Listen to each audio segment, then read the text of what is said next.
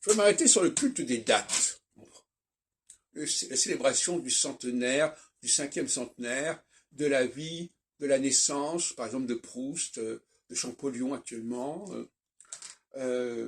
ou de la mort, etc., ou de tel événement qui a eu lieu, par exemple le 4 septembre, voilà, ça correspond à la création de la Troisième République, etc. Donc on ne peut pas dire qu'on est dans un temps où on ne s'intéresse pas aux dates.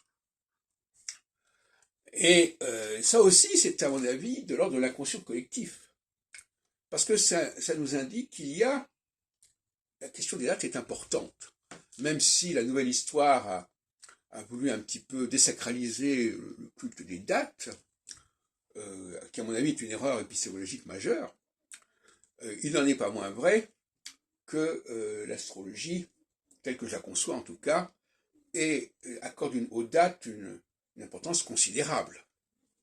C'est-à-dire qu'on ne peut pas dire, voilà, ça s'est passé sur 20 ans, sur un siècle, etc. Ça ne veut rien dire. Ce sont des périodes de 7 ans en 7 ans. Alors vous imaginez bien que une conception très grossière des dates ne peut pas servir. Il est extrêmement important que l'on ait relevé les dates.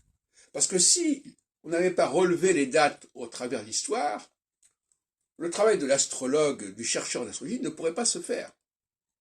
De la même façon que si on n'avait pas noté les dates de naissance des uns et des autres, Michel Gauquelin n'aurait pas pu faire son travail. Je ne dis pas que son travail soit valable, enfin, en tout cas, il dépendait aussi du relevé des dates.